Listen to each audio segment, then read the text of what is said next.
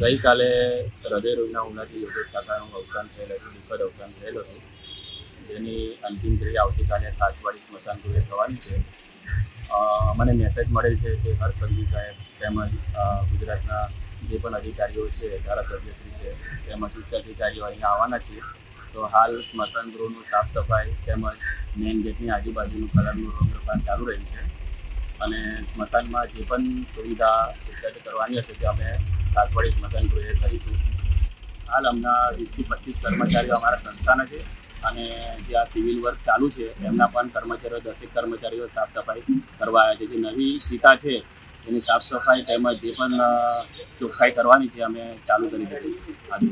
એ અમને કોઈ મેસેજ મળેલ નથી. જો અમને મેસેજ મળશે નવી ચિતાનો તો અમે નવી ચિતાનો શરૂઆત કરીશું અને જૂની ચિતામાં કે જૂની ચિતામાં.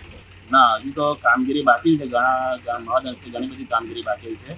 એમાં નવી ચિતામાં બધી ચિતાઓમાં કાસ્ટિંગ ચિતા કરવાની બાકી છે, ઇન્સ્ટોલેશન પ્લસ નવી ચિતાનું જે ગેસ ચિતા છે એ પણ ઇન્સ્ટોલેશન બાકી છે.